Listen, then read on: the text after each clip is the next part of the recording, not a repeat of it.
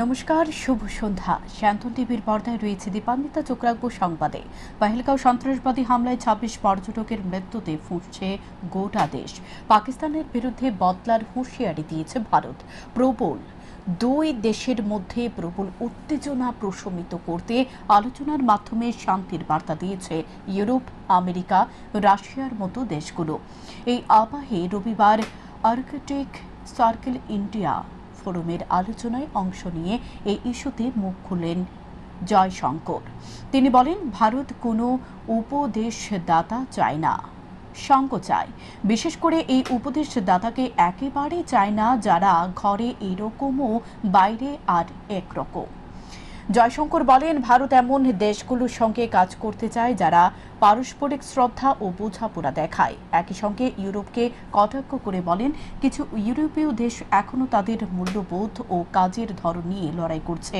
এই পরিস্থিতিতে আমরা যখন বিশ্বের দিকে তাকাই তখন উপদেশদাতা নয়, অংশীদার খুঁজি, মুখোশধারীদের নয়। ভারত তাদের সঙ্গে কাজ করতে আগ্রহী যারা সৎ।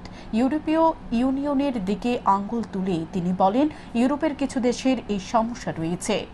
সফল অংশীদারিত্বের জন্য একে অপরের চাহিদা ও আগ্রহকে বুঝতে হবে, সমস্যার পাশে দাঁড়াতে হবে।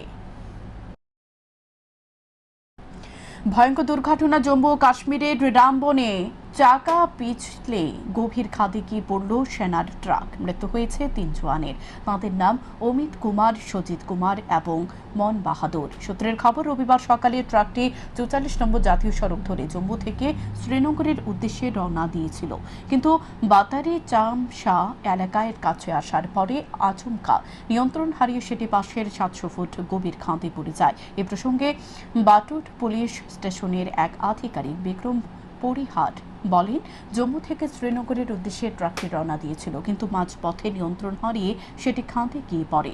সকাল 11:30 নাগাদ দুর্ঘটনাটি ঘটে। মৃতদেহ রামবন জেলা হাসপাতালে নিয়ে যাওয়া হয়েছে। স্মার্ট সিটির কাজ ঘুরে দেখলেন মুখ্যমন্ত্রী ডক্টর মানিক সাহা। বহু জটিলতা নজরে আসে মুখ্যমন্ত্রীর। আগরতলা শহরে স্মার্ট সিটির কাজ নিয়ে বিভিন্ন জটিলতার সৃষ্টি হচ্ছে, যার কারণে স্মার্ট সিটির কাজ সময় মতো এগোচ্ছে না।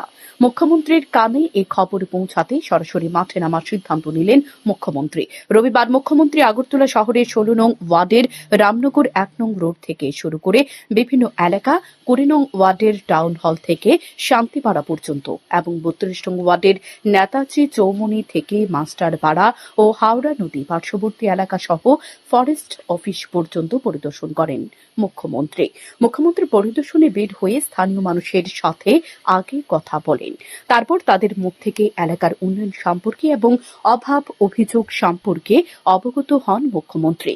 যে সমস্ত অভিযোগ মুখ্যমন্ত্রীর নজরে এদিন যুক্তিসঙ্গত বলে মনে হয়েছে, সেগুলোর সাথে সাথে আগরতলা পৌর নিগমের মেয়র দীপক মজুমদার, স্মার্ট সিটির আধিকারিক শৈলেশ কুমার যাদব, পূর্ত দপ্তরের সচিব কিরণ গিত্তে, পশ্চিম ত্রিপুরা জেলাশাসক ডক্টর বিশাল কুমারের কাছে জানতে চান।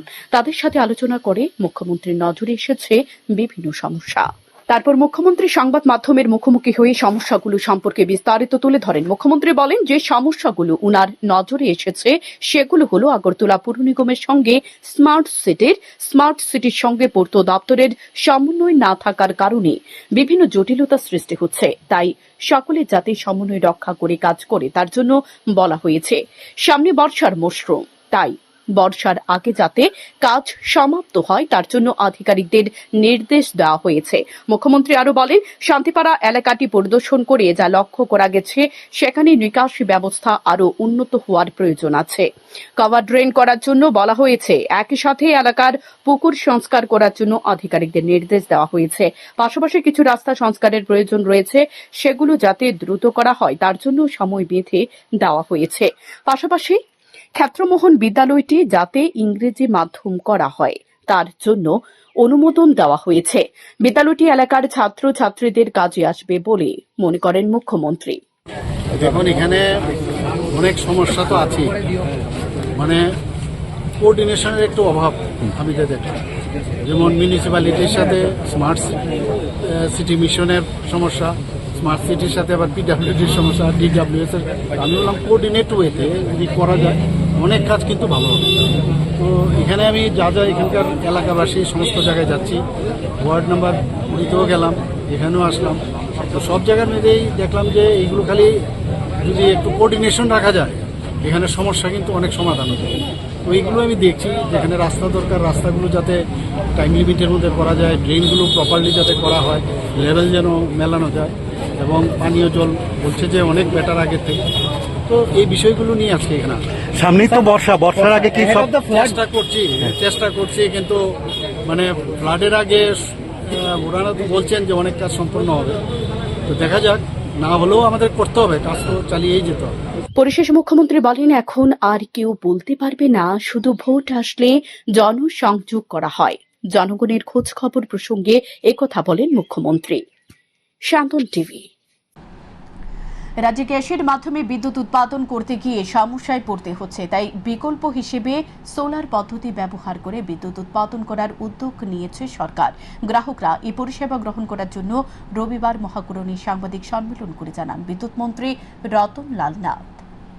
ত্রিপুরা রাজ্যে গ্যাসের মাধ্যমে বিদ্যুৎ উৎপাদন হয়। মাটির নিচে গ্যাস ফুরিয়ে যাওয়ার সম্ভাবনা দিন দিন বাড়ছে, তাই সরকার সবচেয়ে বেশি গুরুত্ব দিচ্ছে সোলারের দিকে। পালাটানে 726 মেগাওয়াট বিদ্যুৎ উৎপাদন করার কথা থাকলেও বিদ্যুৎ উৎপাদন করতে পারছে মাত্র 520 মেগাওয়াট। মনারচক 101 মেগাওয়াট বিদ্যুৎ উৎপাদন করার কথা থাকলেও মাত্র 60 মেগাওয়াট বিদ্যুৎ উৎপাদন করতে পারছে। আর শ্রীনগর 135 মেগাওয়াট বিদ্যুৎ উৎপাদন করার কথা, কিন্তু সেখানে বিদ্যুৎ উৎপাদন হচ্ছে মাত্র 80 মেগাওয়াট। কারণ দিন দিন মাটির নিচে গ্যাস কমে যাচ্ছে। ত্রিপুরা রাজ্যে জলবিদ্যুৎ নেই বলা চলে। একমাত্র ছিল গোমতী প্রজেক্ট জলবিদ্যুৎ রয়েছে। এই গোমতী প্রজেক্ট গত বন্যায় পুরোপুরি নিঃস্ব হয়ে গেছে। তাই সরকার সবচেয়ে বেশি গুরুত্ব দেওয়া হচ্ছে সোলারকে। বর্তমানে সরকারের গ্যাসের বেসের কোনো পরিকল্পনা নেই। সরকার সোলার বেস গুরুত্ব বেশি দিচ্ছে। তবে রোখিয়াতে যে বিদ্যুৎ উৎপাদন হতো সেই গ্যাস দিয়ে আধুনিক প্রযুক্তির মাধ্যমে দ্বিগুণ বিদ্যুৎ উৎপাদন করার চেষ্টা চলছে। রোখিয়াতে যেখানে 63 মেগাওয়াট বিদ্যুৎ উৎপাদন হওয়ার কথা, সেখানে একই গ্যাস দিয়ে 120 মেগাওয়াট বিদ্যুৎ উৎপাদন করার জন্য পরিকল্পনা নিয়ে টেন্ডার করা হয়েছে। রবিবার মহাকুরণে নিজ কক্ষে সাংবাদিক সম্মেলন করে একথা জানান বিদ্যুৎ মন্ত্রী Ratan Lal Nath. Prepaid meter, electronic meter এবং আরও 3টা 132 কেভি সাবস্টেশন এবং আরও 16টি নতুন কেভি সাবস্টেশন এবং 300 kilometre cover conductor, 350 kilometre AB cable সব আমাদের প্ল্যানে রয়েছে। আমরা যেটা বলছিলাম একটু আগে যে 63 মেগাওয়াট থেকে 120 মেগাওয়াটের জন্য আমরা আমাদের রুকিয়াতে আমরা নিউ ওপেন সাইকেল গ্যাস টারবাইনের মাধ্যমে এটা আমরা করছি। আমরা গোমতী যেটা হচ্ছে না এখন, এটা আমরা 15 মেগাওয়াটের জন্য আমরা একটা এনএসপিসির সাথে আমরা একটা কথাবার্তা চলছে, ডিপিআর তৈরি হচ্ছে। আমরা মহারানী মাইক্রো হাইডেল একটা আছে, এটা 35 বছর ধরে বন্ধ, এটাকে আমরা 1 মেগাওয়াট করার জন্য, কারণ এটা গ্রিন এনার্জি, সোলার, জল এগুলি গ্রিন এনার্জি, উইন্ড, তো আমরা ওইদিকে বলতে পারি না 1 মেগাওয়াটের জন্য এত টাকা খরচ করবো, কারণ গ্রিন এনার্জি। তারপরে 10টা স্থানে ক্ষুদ্র জল বিদ্যুৎ প্রকল্প ছোট ছোট করার চিন্তা করছি। এবং এই যে আমরা এই সোলার থেকে যে বিদ্যুৎ পাবো কোথায় থাকবে, সেই জন্য ওটিভিসির সাথে আমরা কথা বলে ব্যাটারি স্টোরেজ মানে রেখে দেওয়ার জন্য, প্রিজার্ভ করে রাখার জন্য, দিনের বেলা যে বিদ্যুৎ উৎপন্ন হবে এটাকে প্রিজার্ভ করে রাত্রে দেওয়ার জন্য ব্যাটারি স্টোরেজ। এবং ট্রান্সমিশনের ক্ষেত্রে মানে দেখবেন ঝড় তুফানে লাইন নষ্ট হয়ে যায়, শাটডাউন না নিয়ে, মানে বন্ধ না, আপনারা বলতে পারেন যখনই ঝড় তুফানে দেখবেন কেটে দেয়, লাইন কাটবেই। আপনার লাইনটা করে চলে গেলে কেন যাবে, এই কারণে যাবে আমাদের কাছে সবচেয়ে মানুষের দাম বেশি। কোনো কারণে তার ছিঁড়ে একটা লোক মরে গেলে উপায় নেই, সেই জন্য দরকার হলে আধা ঘন্টা অন্ধকারে থাকো, তারপরে কিচ্ছু করার নেই। এখন আমরা বলছি শাটডাউন না দিয়ে একটা পরিবার লাইন কীভাবে মেরামত করা যায়। এই জন্য আপনাদের আমাদের রাজ্যে দেখবেন বিদ্যুৎ বেশি হয়, চমকায়, এই চমকাতে আমাদের ট্রান্সফরমার একদম নষ্ট হয়ে যায়, এবং নর্থ ইস্টে এটা বেশি হয়। তো ড্রোন দিয়া যাতে উচ্চ ক্ষমতাযুক্ত পরিবাহী লাইন করা যায়, এটা আমরা চিন্তা ভাবনা করছি। মোবাইল সাবস্টেশন একটা পড়ে গেল, সাথে সাথে আমরা আরেকটা মোবাইল সাবস্টেশনে এটা আমরা চিন্তা করছি। এবং তিনি বলেন, সরকার সবচেয়ে বেশি সোলারকে গুরুত্ব দিচ্ছে বলে প্রধানমন্ত্রী সূর্যঘর মুফত বিজলি যোজনার সম্পর্কে ধারণা করতে পারবেন না অনেকে। এর সুবিধা হল নিজে বিদ্যুৎ উৎপাদন করতে পারবে, বিদ্যুৎ নিগম এর কাছে বিদ্যুৎ বিক্রি করতে পারবে এবং কখনো বিদ্যুৎ নিগমকে বিল দিতে হবে না। এই সুবিধার আওতায় এসে এখন পর্যন্ত 70 জন গ্রাহক 30,902 টাকা পেয়েছে। 3 মাস অন্তর অন্তর ভোক্তারা এই সুবিধা পাচ্ছে। এই প্রকল্পের আওতাধীন হতে গ্রাহকদের জন্য সুবিধা থাকবে আগামী 2027 সাল মার্চ মাস পর্যন্ত এবং গ্রাহকদের সাবসিডি হিসেবে সর্বোচ্চ 85,000 টাকা দেওয়া হয়। 2027 সালের মধ্যে রাজ্যের 50,000 গ্রাহককে এই সোলার পরিষেবার ভেতরে আনার পরিকল্পনা নিয়েছে সরকার, কারণ রাজ্যে সর্বোচ্চ 360 মেগাওয়াট বিদ্যুতের প্রয়োজন হয়। তাহলে রাজ্যে 150 মেগাওয়াট বিদ্যুৎ উৎপাদন করা সম্ভব হবে। 1 মে পর্যন্ত 13,536 জন গ্রাহক অনলাইন পোর্টালে প্রধানমন্ত্রী বিজলি মুফত যোজনার পরিষেবা নেওয়ার জন্য রেজিস্ট্রেশন করেছে। 266 জনের বাড়িতে সোলার সিস্টেম বসানো হয়েছে। এর মধ্যে সরকারি ভর্তুকি পেয়েছে 184 জন। এই ভর্তুকি মাত্র 1 মাসের মধ্যে দেওয়া হয়। পাশাপাশি মন্ত্রী বলেন, 70 জনের বিদ্যুৎ বিল শূন্য হয়ে গেছে। বিদ্যুৎ গ্রাহকরা প্রতি ইউনিট বিদ্যুৎ ক্রয় করছে 7 টাকা 56 পয়সায়। ভোক্তাদের কাছ থেকে বিদ্যুৎ 2 টাকা 65 পয়সা ইউনিট করে ক্রয় করা হচ্ছে। Final voice over. মন্ত্রী আরো জানান, রাজ্যে যতগুলি সরকারি পাকা ভবনের জন্য সমস্ত টাকা ভবনের মধ্যে সোলার বসিয়ে দেওয়া হবে। শান্তন টিভি।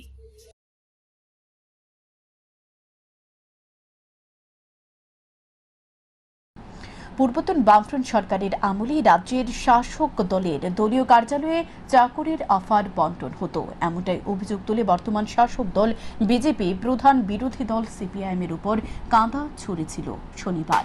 এর পাল্টা প্রতিক্রিয়া দিতে গিয়ে বর্তমান সরকারের বিরুদ্ধে গুরুতর অভিযোগ তুললেন রাজ্যের বিরোধী দলনেতা জিতেন্দ্র চৌধুরী। তিনি সরকারের এক হাত দিয়ে বলেন, রাজ্যের শিক্ষা দপ্তরে 20,000 শূন্যপদ পড়ে আছে।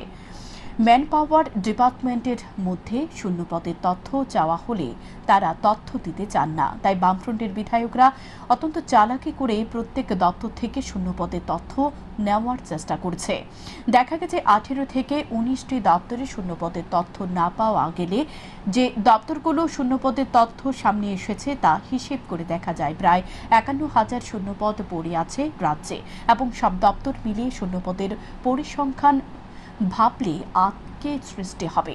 এই সরকারের লজ্জা থাকা দরকার। তারা মরুভূমির জল ছিটানোর চেষ্টা করছে। তিনি আরো অভিযোগ তুলে বলেন, রাজ্যের গ্রুপ ডিতে পশ্চিমবঙ্গের ছেলেমেয়েরা চাকরি পাচ্ছে। পিআরটিসি না থাকার পরেও তারা চাকরি পেয়ে যাচ্ছেন। আরো গুরুতর অভিযোগ তুলে বলেন, রাজ্যের এক নগর পঞ্চায়েত সদস্যা গত কয়েকদিন ধরে কারা দপ্তরের পোশাক পরে চাকরি করছেন। যখন মানুষ জিজ্ঞাসা করছে তিনি কবে চাকরি পেয়েছেন এবং কবে প্রশিক্ষণ নিয়েছেন, তখন এর জবাব তিনি দিতে পারছেন না। যারা নিয়মনীতি জলাঞ্জলি দিয়ে দিন দুপুরে জালিয়াতি করছে, তারাই বলছে এখন বামফ্রন্ট সরকারের সময় শাসক দলের দলীয় কার্যালয়ে অফার বন্টন করত। কিন্তু এভাবে মিথ্যে কথা বলে সত্যকে ঢাকা যায় না এবং ছিটেফোঁটা চাকরি দিয়ে এবং অসত্য তথ্য দিয়ে বৈতরণী পার হতে চাইছে বলে দাবি করেন বিরোধী দলনেতা। গত কদিন আগে বাজেট সেশনে মন্ত্রীরা উত্তর দিয়েছেন বিধানসভাতে বিভিন্ন দপ্তরে। এমনি আমরা এই ম্যান পাওয়ার ডিপার্টমেন্টকে তার কাছে উত্তর চাইলে বলে উত্তর সংগ্রহাধীন, এরা উত্তর দেয় না। কিন্তু আমাদের এমএলএরা খুব বুদ্ধি করে একটা দপ্তর করে শূন্যপদ কত চেয়েছে এটা যোগ করে দেখা গেল 51,000-এর বেশি শূন্যপদ বেরিয়েছে। তারপরও 18-19টা ডিপার্টমেন্টের কোনো তথ্য আসেনি। সে 18-19 দপ্তর থেকে যে তথ্য আসে এটা কোথায় গিয়ে দাঁড়াবে এটা একটু অনুমান করলেই যে আতঙ্ক ধরে যায় যে কত হাজার পোস্ট ভ্যাকান্সি, প্রায় 20,000 শিক্ষক শিক্ষিকার পোস্ট খালি আজকে অফার বিলি হয়েছে মতো 228টা। লজ্জা থাকা উচিত তাদের। ত্রিপুরাজ্যের মানুষের কাছে এই কথাগুলি বলার আগে 7 বার ভাবা উচিত যে এরকম যে অফার আবার মেলা, হাজার হাজার পোষ পাখি রেখে তুমি 228টা এই মরুভূমির মধ্যে একটু জল ছিটিয়ে দিয়ে আবার তুমি বলো মেলা। স্বচ্ছতা দাবি করছে, আগে জবাব দিক কি করে গ্রুপ ডি পোস্টে পশ্চিমবাংলা আসামের ছেলে মেয়েরা চাকরি পায়। কাজে যারা নিয়ম নীতি রিক্রুটমেন্ট রুলস এগুলাকে জলাঞ্জলি দিয়ে দিন দুপুরে সমস্ত জালিয়াতি করছে, এরা আঙ্গুল তুলছেন যে বিগত সরকারের সময়ের যে পার্টির বেশি অফার বিলি করা হতো। কোথায় একটা এরকম উদাহরণ দিক, একটা ঘটনা বলো। একটি বাঁশের উপর ভর করে যাতায়াত করছে গ্রামবাসী। সুশাসনের করুণ চিত্র দেওরাছড়া কলোনি পাড়া এলাকায়। ট্রিপল ইঞ্জিনের বিকাশ শুধু সীমাবদ্ধ অনুষ্ঠানের মঞ্চে ও সামাজিক মাধ্যমে। তথাকথিত জনদরদিরা জনজাতিদের জন্য দরদে কেঁদে ফেললেও অন্তিম ব্যক্তি পর্যন্ত বাস্তবে সুশাসন পৌঁছাতে কাজ করছে না তারা। এর অন্যতম নিদর্শন দেওরাছড়া কলোনি পাড়া এলাকায় 41 বছরেও রাস্তা হয়নি। কৈলাসহর থেকে মাত্র 8 কিলোমিটার দূরে অবস্থিত গৌরনগর আরডি ব্লকের অন্তর্গত দেওরাছড়া এডিসি ভিলেজের 2 নম্বর ওয়ার্ডের কলোনি পাড়া যেন এক বিস্মৃত অধ্যায়। 1984 সাল থেকে রিয়াং সম্প্রদায়ের মানুষ সেখানে বসবাস করলেও আজও নেই পাকা রাস্তা, নেই স্টিল ব্রিজ বা কালভার্ট।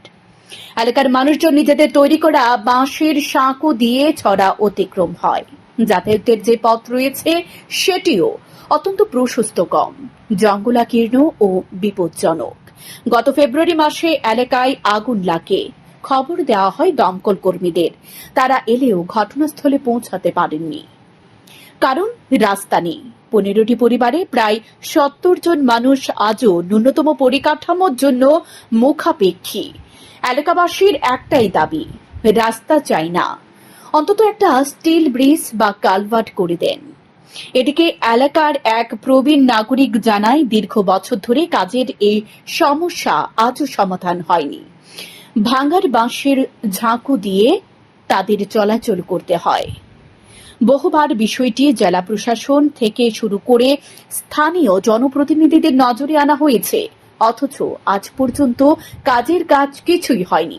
সবচেয়ে উদ্বেগের বিষয় হলো এলাকার গর্ভবতী মহিলা কিংবা কোনো রোগী নিয়ে যাওয়ার সময় তাদের সবচেয়ে বড় সমস্যায় পড়তে হয়।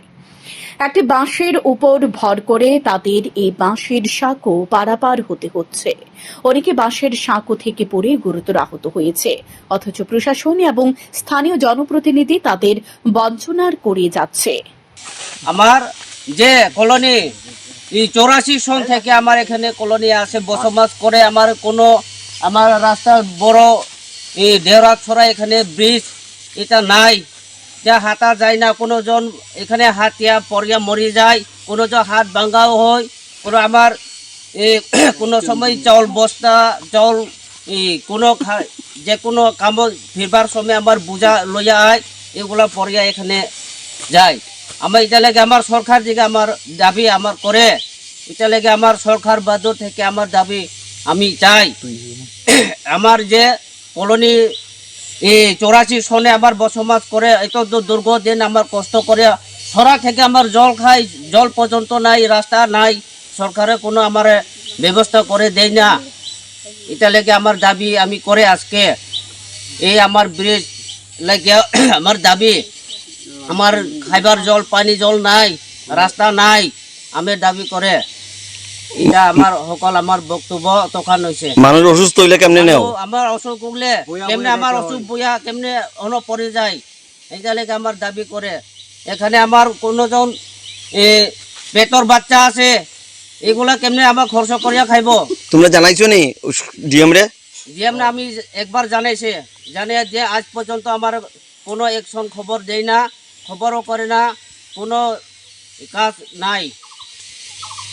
আর আমার এখানে স্কুলের ছাত্র স্কুলে এইদিকে হাতিয়া যায়, পড়িয়া যায়, এই পর্যন্ত আমার কেমনে আমার বাঁচাইতাম। আমার নিজেরও জানে, কিন্তু সরকারে না করলে আমার কেমনে আমার পারবো। তোমরা কি কি করিয়া খাও, কি রুজি করো? আমার রুজি দিন মজুরি রুজি করিয়া খাই, জুম কাজ খেত করিয়া খাই।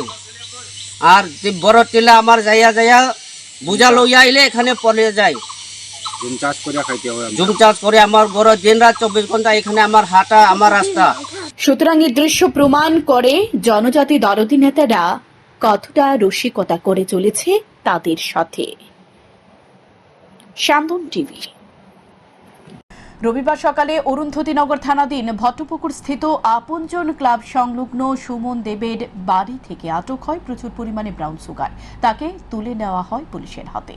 নেশামুক্ত ত্রিপুরা স্লোগানের অধঃপতন ঘটেছে আগরতলা শহরে। অলিতে গলিতে জাঁকিয়ে বসেছে নেশা কারবারিরা।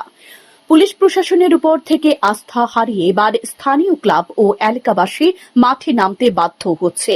কুখ্যাত নেশার কারবারিদের হাতে নাতে ধরে পুলিশের হাতে তুলে দেওয়ার সিদ্ধান্ত নিয়েছে আগরতলার অরুন্ধতিনগর থানাধীন বিভিন্ন এলাকার জনগণ। কারণ এই থানা এলাকায় বেড়ে চলেছে নেশা কারবারিদের উপদ্রব। প্রতিদিন সন্ধ্যা থেকে শুরু করে নেশা কারবারিদের আনাগোনা। পরিস্থিতি বিষিয়ে উঠেছে দিন দিন। অথচ থানার বাবুরা থানার গণ্ডি থেকে বের হতে রাজি নয়। রবিবার সকালে অরুন্ধতিনগর থানাধীন ভট্টপুকুর স্থিত আপনজন ক্লাব সংলগ্ন সুমন দেবের বাড়ি থেকে আটক হয় প্রচুর পরিমাণে ব্রাউন সুগার। সুমন দেবের পরিবারের বিরুদ্ধে এলাকাবাসী এবং স্থানীয় 33 নং ওয়ার্ডের কর্পোরেটর অভিজিৎ মল্লিকের অভিযোগ, দীর্ঘদিন ধরে সুমন দেব, তার মা ও তার নিকটবর্তী আত্মীয় প্রশান্ত দেব সহ গোটা পরিবার ব্রাউন সুগার বিক্রির সঙ্গে জড়িত। এলাকাবাসী তাদের দিকে দীর্ঘদিন ধরে নজর রাখছিল। রবিবার তাদের বাড়িতে অভিযান চালানো হয়। প্রচুর পরিমাণে ব্রাউন সুগার সহ খালি কৌটা পাওয়া যায় সুমন দেবের ঘর থেকে এবং তার মার ঘর থেকে। এগুলো তারা বিক্রি করার জন্য রেখেছিল বলে প্রাথমিক ধারণা এলাকাবাসীর। বাড়ির সকলে এই ব্যবসার সাথে জড়িত। পরবর্তী সময়ে পুলিশকে ফোন করে জানানো হয়।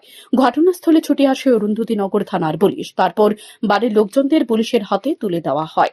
তাদের কঠোর শাস্তির দাবি করেন এলাকার কর্পোরেটর সহ স্থানীয়রা। কারণ তাদের কারণে এলাকার পরিবেশ নষ্ট হচ্ছে। বহু যুবক নেশার দিকে পা বাড়াচ্ছে। আমি কিছুক্ষণ আগে খবর পেলাম যে আমাদের আপনজন ক্লাব সংলগ্ন এই যে বাড়িতে আমরা এখানে এসেছি এবং আমরা এসেছি, যে এখানে দীর্ঘদিন ধরেই তারা ড্রাগের ব্যবসা করে যাচ্ছে। যেমন কোটা নামক জিনিসটা যেটা ওরা বিক্রি করে, এই দোকানের সামনের দোকান আছে, দোকানে বসে বিক্রি করে। তা আমরা যখন এখানে আসলাম, এসে দেখলাম খুব এলাহি কাণ্ড, যে এই সে খালি ঘরগুলো দেখছেন, এই ঘরগুলোতে মধ্যেই তারা ড্রাগ সেবন করে। বিভিন্ন এলাকার লোকজন এখানে আসে, তো এখানে প্রায় তথাকথিত একটা বারের মতো আকার ধারণ করে ফেলেছে এই জায়গাটায়। তো এখানে আমরা এলাকার প্রত্যেক লোক এসেছে, ক্লাবের সদস্যরা এবং আমাদের ক্লাব সেক্রেটারি দেবগ্ধ এখানে এসেছে। তো সবাই কিছুক্ষণ পুলিশকে আমরা খবর দিয়েছি যে পুলিশ এখন আসবেন। তো আমরা এরকম প্রত্যেক পাড়াপাড়ায় আমরা সবাইকে সতর্ক করা হচ্ছে যে এরকম যেন ড্রাগের আসর যেন কোথাও না বসানো হয়। আমাদের এই 33 নম্বর এলাকা, আমাদের আটবর্তলির এখানে মাননীয় মুখ্যমন্ত্রীও বিভিন্নভাবে আমাদেরকে সবাইকে বোঝানোর চেষ্টা করে যে নেশামুক্ত আমাদের ত্রিপুরা গঠন করা।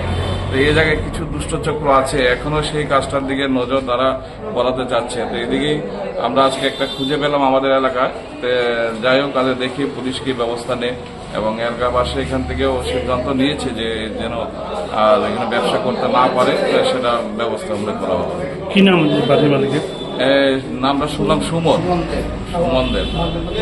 হ্যাঁ, আর ওর একটা ভাগ্ন আছে নাকি শুনলাম, প্রশান্ত। এই দুইজন মিলে, এবং ওনার মাও আছে, মাও জড়িত এই ব্যবসার সাথে। বাড়ির সবাই এই ব্যবসার সাথে। পুলিশ সূত্রে খবর, উদ্ধার হওয়া ব্রাউন সুগারের কালো বাজারি মূল্য প্রায় কয়েক লক্ষাধিক টাকা হবে। এনডিপিএস ধারা অনুযায়ী মামলা হাতে নেওয়া হয়েছে। শান্তন টিভি। দাঁড়িয়ে উচ্চ মাধ্যমিক পরীক্ষা নিয়ে 380 নম্বর পেয়ে প্রথম বিভাগে উত্তীর্ণ হল জটিল রোগে আক্রান্ত সন্দীপ দাস। তার বাড়ি কড়াছড়িতে। বর্তমানে কমলপুর কমলেশ্বরী কালীবাড়ি পাড়া এলাকায় থাকেন। বিজ্ঞান বিভাগ নিয়ে সে পড়াশোনা করছে। তার ফলাফলে পরিবার এবং এলাকাবাসী অনেক খুশি হলেও শারীরিক জটিল রোগে আক্রান্ত সন্দীপ দাস বাবা ফেরিওয়ালা। বন্ধন থেকে 3 বার ঋণ দিয়ে ছেলে চিকিৎসা করেছেন। এখন অর্থের অভাবে সংসার চলছে না। রাজ্যের মুখ্যমন্ত্রী এবং সরকারের কাছে গোটা পরিবারের দাবি, চিকিৎসা ক্ষেত্রে যেন সহযোগিতা করা হয় সন্দীপকে। উচ্চ মাধ্যমিক পরীক্ষায় শারীরিক অসুস্থতার কারণে দাঁড়িয়ে পরীক্ষা দিয়ে প্রথম বিভাগে পাশ করল এক ছাত্র। তার মূল বাড়ি কলাছড়িতে, কিন্তু থাকে বর্তমানে কমলেশ্বরী কালীবাড়ি পাড়ায়। সে ভালো ফুটবলার ছিল। তারা সংসারে 4 জন, বাবা মা 2 ছেলে মিলে 4 জনের সংসার। তার নাম সন্দীপ দাস, বাবার নাম স্বপন দাস। সে গত 1 বছর যাবৎ সে মারাত্মক এক রোগে ভুগছে।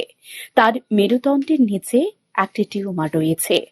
গত ডিসেম্বরে তার অস্ত্রোপচার হয়, তারপরেও তার রোগ নির্মূল হয়নি। রোগ নিয়েই সে এবার দাঁড়িয়ে উচ্চ মাধ্যমিক পরীক্ষা দেয় এবং সে 380 নম্বর পেয়ে বিজ্ঞান বিভাগে প্রথম স্থান অধিকার করেছে। তবে তাকে চিকিৎসা করাতে গিয়ে তার পরিবারের 4 বার বন্ধন থেকে ঋণ নেয়, কিন্তু ছেলের চিকিৎসা এখনো সম্পূর্ণ হয়নি। তার আরও চিকিৎসা প্রয়োজন, কিন্তু তাদের সেই সামর্থ্য নেই। তাই ছেলের চিকিৎসার জন্য রাজ্যের মুখ্যমন্ত্রী ও সরকারের কাছে সাহায্যের আবেদন জানান। একইভাবে কাতর সুরে সরকার এবং মুখ্যমন্ত্রীর কাছে সহযোগিতার দাবি করলেন জটিল রোগে আক্রান্ত মেধাবী সন্দীপ। তাহলে আজকে প্রায় 1 বছর ধরে অসুস্থ। আমি যতটুকু লোন টোন লইয়া বন্ধন লইয়া আমি করছি, আমার ওখানে আর ক্ষমতা নাই। ওখানে আমি হেমেলের কাছে গেছি, এবার চেয়ারম্যানের সবার কাছে গেছি, মুখ্যমন্ত্রীর কাছে আবেদন, আমি হেমেলের কাছেও।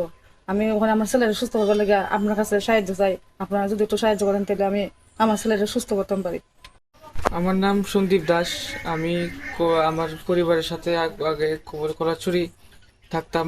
এখন বিগত প্রায় 10-11 বছর ধরে কোমলপুরের একটি স্থানীয় জায়গায় আমি বসবাস করি, যেখানে ভাড়া দিয়ে আমার মা বাবা খুব কষ্ট করে আমাদের পড়ায় এবং বাবা খুবই কষ্ট করে আমাদের জন্য খাবার জোগাড় করে। তথা কি করে বাবা?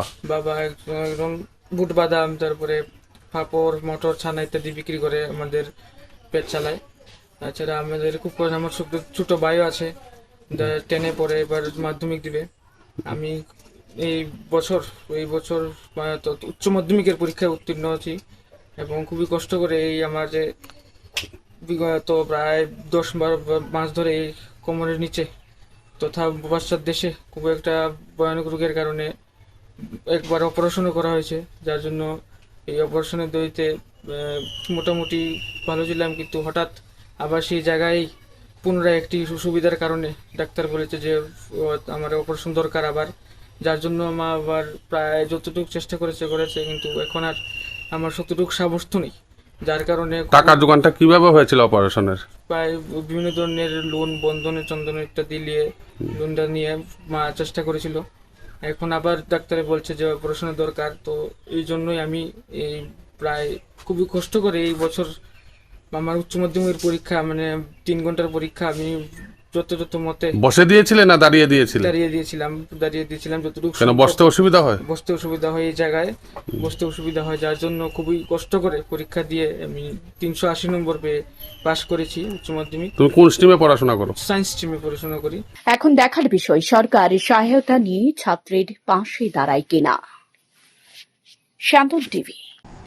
রবিবার 29 কৃষ্ণপুর বিধানসভা বিজেপি মণ্ডলের উদ্যোগে মুঙ্গিয়াগামী আরডি ব্লকের অধীন 18মুড়া পাহাড়ের পাদদেশে অবস্থিত 41 মাইল রায়হামছা গুচ্ছ গ্রামে একটি যোগদান সভার আয়োজন করা হয়। এদিন সভায় উপস্থিত ছিলেন মন্ত্রী বিকাশ দেববর্মা সহ অন্যান্য নেতৃত্বরা। সভায় মন্ত্রী বিকাশ দেববর্মার হাত ধরে সিপিএম ছেড়ে বিজেপিতে যোগদান করেন মোট 52টি পরিবারের 141 জন ভোটার।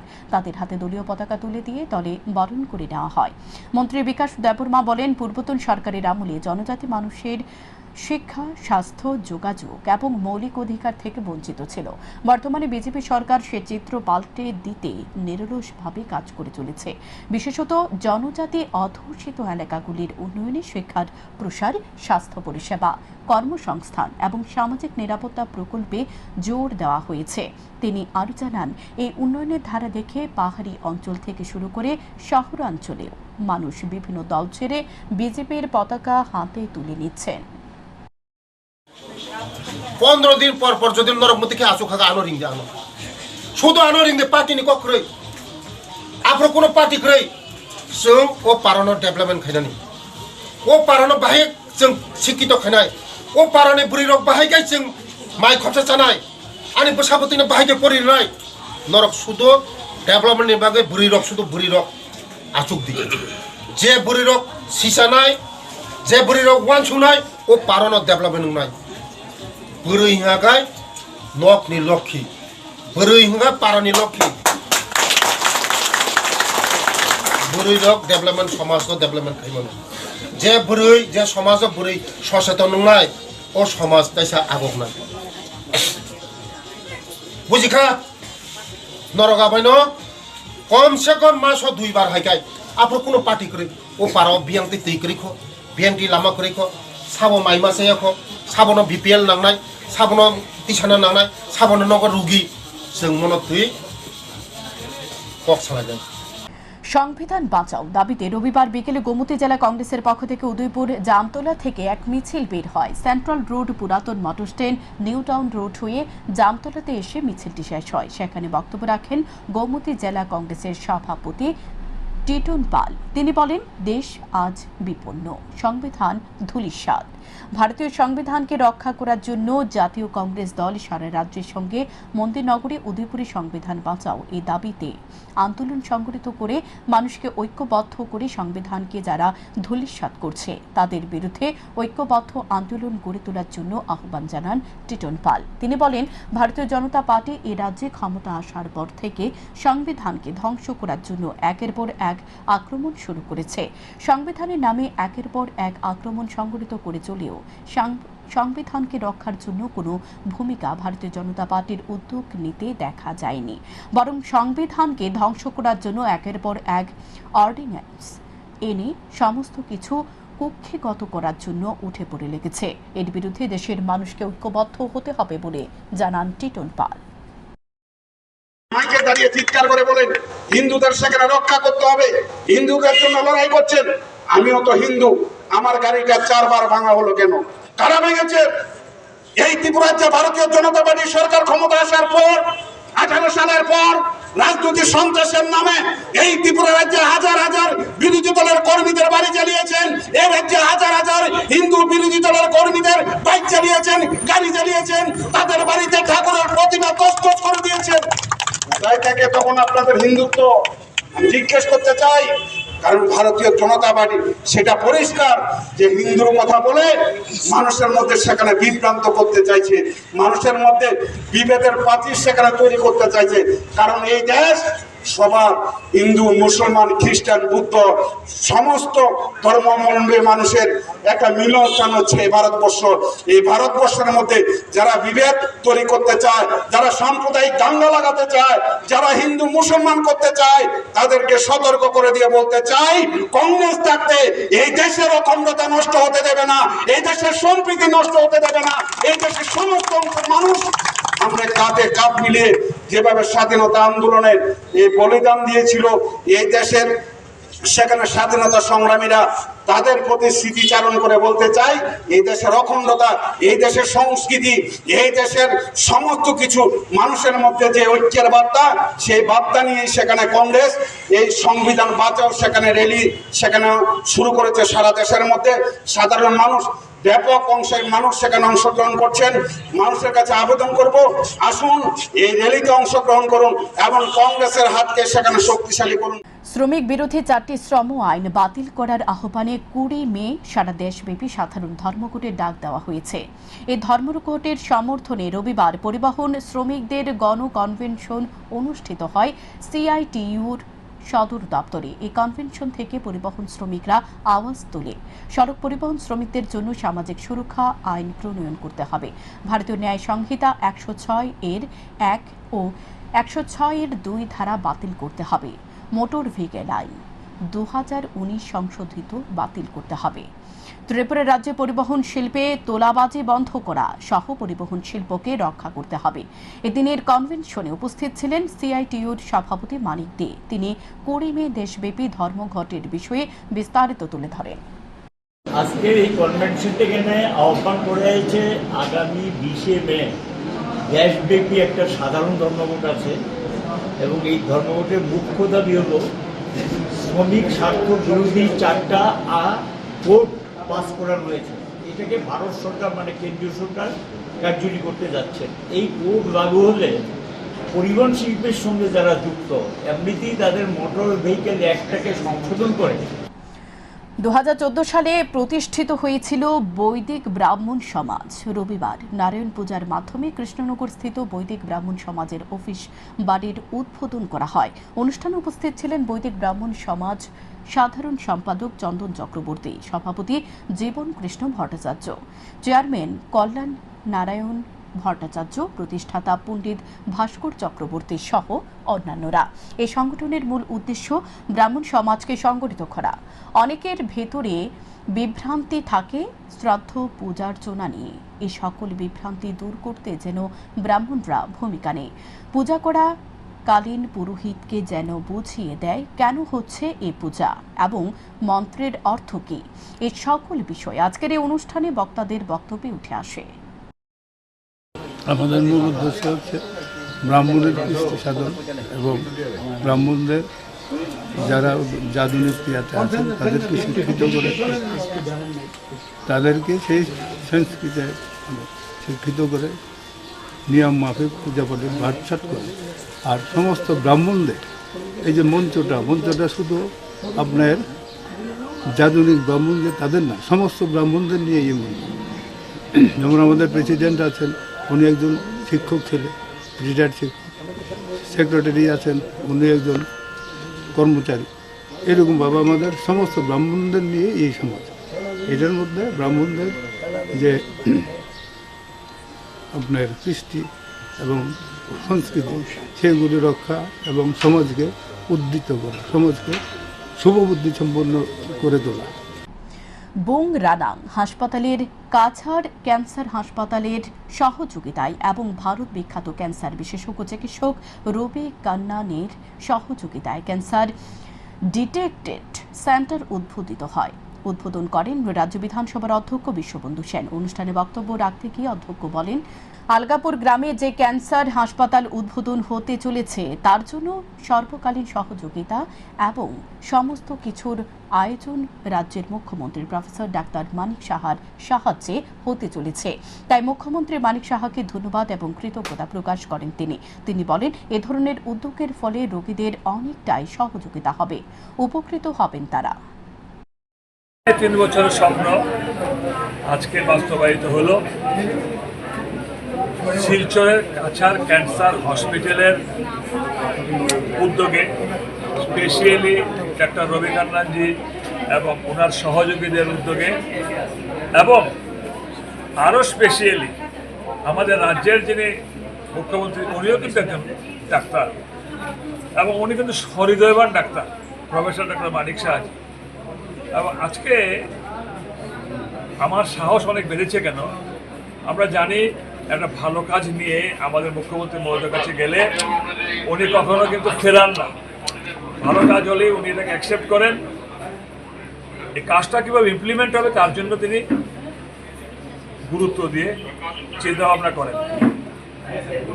যখন ওনাকে প্রপোজালটা দিলাম মাননীয় মুখ্যমন্ত্রী মহোদয়কে এরকম একটা ক্যান্সার হসপিটাল করতে হবে করে, সঙ্গে সঙ্গে রাজি হয়ে উনি এই আলগাপুর গ্রামে 15 একর জায়গা দিলেন 1 টাকা নজরানা বৎসরে। তারপর ডাক্তার কান্নান সাহেবের সঙ্গে যোগাযোগ, কাছাড় ক্যান্সার হসপিটাল কর্তৃপক্ষের সঙ্গে যোগাযোগ করে আজকে তার শুভ উদ্বোধন হচ্ছে। এই বংনাং বাজারের এই হাসপাতাল আলগাপুর গ্রামে, এই হাসপাতালে 2টো রুম সরকার থেকে দেওয়া হয়েছে ক্যান্সার পেশেন্টদেরকে অর্থাৎ ক্যান্সার রোগীদেরকে শনাক্তকরণের জন্য। ব্যাপক উৎসাহ উদ্দীপনার মধ্য দিয়ে 40 নং ওয়ার্ড এলাকায় নবাঙ্গিকার সামাজিক সংস্থার উদ্যোগে 48তম প্রতিষ্ঠা দিবস এবং 164তম রবীন্দ্র জন্মজয়ন্তী উদযাপন উপলক্ষে রবিবার বর্দোয়ালি দ্বাদশ শ্রেণী বিদ্যালয় প্রাঙ্গণে এক মেগা অঙ্কন প্রতিযোগিতা এবং নব অঙ্গীকার সামাজিক সংস্থার ক্লাব গৃহে মেগা স্বাস্থ্য শিবির ও বিনামূল্যে ঔষধ বিতরণ করা হয়। কর্মসূচিতে উপস্থিত ছিলেন স্থানীয় কর্পোরেটর শম্পা সরকার চৌধুরী, নব অঙ্গীকার সামাজিক সংস্থার সম্পাদক দেবদাস বক্সি সহ অন্যান্যরা। 40 নম্বর ওয়ার্ডের অন্তর্গত মধ্যপাড়াস্থিত নব অঙ্গীকার সামাজিক সংস্থা এই 9ই মে তাদের 48তম প্রতিষ্ঠা দিবস এবং পাশাপাশি আমাদের কবিগুরু রবীন্দ্রনাথ ঠাকুরের জন্মজয়ন্তীকে সামনে রেখে আজকে এই সংস্থার তরফ থেকে এখানে ক, খ এবং গ 3টি বিভাগে প্রায় 150 জন বাচ্চা বসে আঁকা প্রতিযোগিতার এখানে একটা অনুষ্ঠান করা হয়েছে, যেখানে বাচ্চাদের থেকে কোনো ধরনের কোনো ফর্মের কোনো ওনারা মূল্য নেননি। সম্পূর্ণ বিনামূল্যেই এখানে বাচ্চাদের নিজেদের প্রতিযোগিতার যে তাদের শিল্প নৈপুণ্যতা এখানে দেখাতে পারবেন। তার জন্য এই ক্লাবের এখানে সভাপতি সম্পাদক আছেন, সবাইকে আমি অনেক অনেক ধন্যবাদ জ্ঞাপন করছি। এত সুন্দর একটা অনুষ্ঠান আজকে ওনারা হাতে নিয়েছেন। প্রতিষ্ঠাবার্ষিকী দিবস এবং এই প্রতিষ্ঠাবার্ষিকী দিবসকে সামনে রেখে আমরা যে সমস্ত প্রোগ্রাম নিয়েছি, আমাদের অভিভাবক আজকে উপস্থিত আছেন শ্রদ্ধেয়া কর্পোরেটর 40 নম্বর ওয়ার্ডের শ্রীমতী শম্পা সরকার চৌধুরী মহোদয়া এবং আমাদের শহর দক্ষিণাঞ্চল ক্লাব কমিটির অন্যতম সভাপতি তথা আমাদের অভিভাবক শ্রী জয়ন্ত চৌধুরী মহোদয় উপস্থিত আছেন এবং আমাদের অভিভাবকও উপস্থিত আছেন। স্বল্প পরিসরে যেটা বলার চেষ্টা করছি, আমরা 4-5টা প্রোগ্রাম হাতে নিয়েছি। এর মধ্যে একটা প্রোগ্রাম আজকে যেটা আমরা হাতে নিয়েছি, মেগা স্বাস্থ্য শিবির নিয়েছি, মানে বিনামূল্যে মানুষের মধ্যে ওষুধ বিতরণ থেকে শুরু করে ব্লাডের পরীক্ষা করা, সুগার পরীক্ষা করা, বিভিন্ন ধরনের মানে অনুষ্ঠান কর্মসূচির মধ্য দিয়ে আমরা এই দিনটাকে পালন করছি এবং মূল অনুষ্ঠানটা করবো আমরা 9 তারিখে। আর আজকে আমরা যেটা করছি এটা হলো অঙ্কন প্রতিযোগিতা, মেগা অঙ্কন প্রতিযোগিতা। এটা আমাদের শ্রদ্ধেয় অভিভাবক আপনাদের সামনে বলার চেষ্টা করেছে। আমরা প্রত্যেকটা বিভাগে 10টা করে পুরস্কারে ভূষিত করব এবং আমরা যে সঙ্গীত প্রতিযোগিতা করছি তার জন্য আমরা কোনো ধরনের ফর্মের মূল্য আমরা নিইনি। আমাদের কাছে পরিসংখ্যান আছে সঙ্গীত প্রতিযোগিতার মধ্যে প্রত্যেক আর্ট অফ লিভিং এর সেবাধারা সংস্থার পক্ষ থেকে প্রথমবারের মতো রক্তদান শিবিরের আয়োজন করা হয় রবিবার। রক্তদানে উপস্থিত ছিলেন কমিশনের চেয়ারপারসন ঝর্ণা দেববর্মা, সংস্থার সভাপতি নূপুর দেববর্মা সহ অন্যান্যরা। তারা এই রক্তদান শিবির প্রসঙ্গে বলেন, রক্তের যাতে ঘাটতি দেখা না যায় তার জন্য তারা রক্তদানে এগিয়ে এসেছে। এ ধরনের সামাজিক কর্মসূচি আগামী দিনেও তাদের অব্যাহত থাকবে।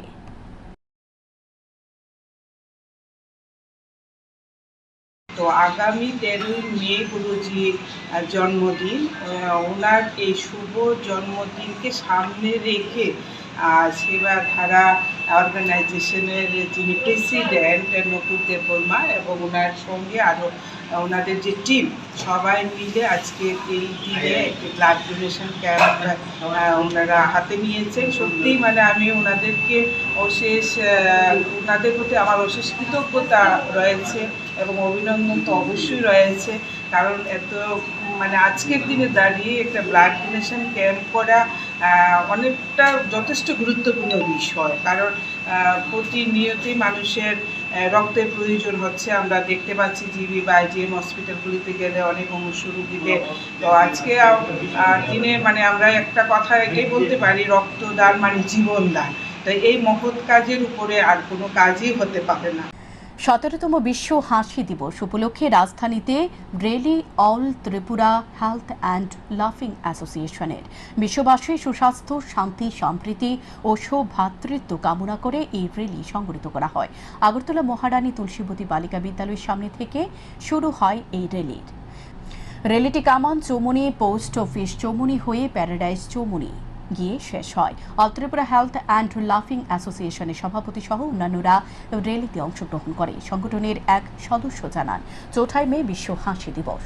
এদিন অল ত্রিপুরা হেলথ অ্যান্ড লাফিং অ্যাসোসিয়েশনের উদ্যোগে র্যালির মাধ্যমে বিশ্ব হাসি দিবস পালন করা হয়।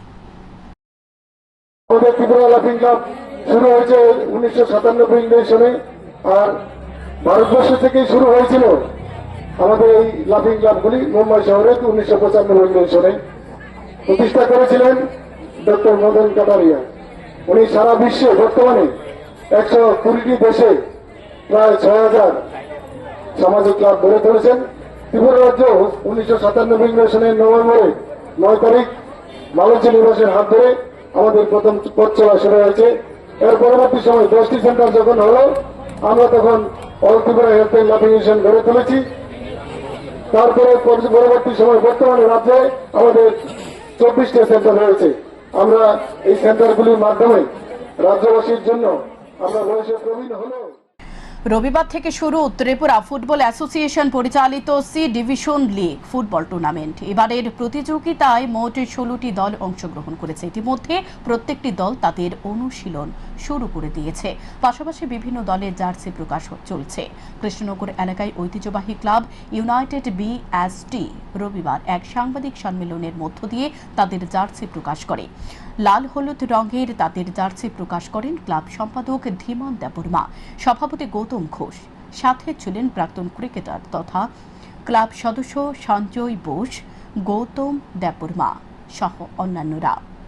মোট 18 জন খেলোয়াড়কে নিয়ে ইতিমধ্যে তাদের প্রস্তুতি শুরু হয়ে গেছে। কোচ বিশাল শাহর নেতৃত্বে মাঝমারা ও সাবরুমের খেলোয়াড়দের নিয়ে চলছে তাদের অনুশীলন। অধিনায়ক করা হয়েছে মিজাহাম রিয়াংকে। জার্সি প্রকাশের পর ক্লাব সভাপতি গৌতম ঘোষ জানায়, ত্রিপুরা ফুটবল অ্যাসোসিয়েশনের ডাকে সাড়া দিয়ে রাজ্য থেকে উদীয়মান খেলোয়াড়দের তুলে আনার লক্ষ্যে তাদের দল গঠন করা হয়েছে।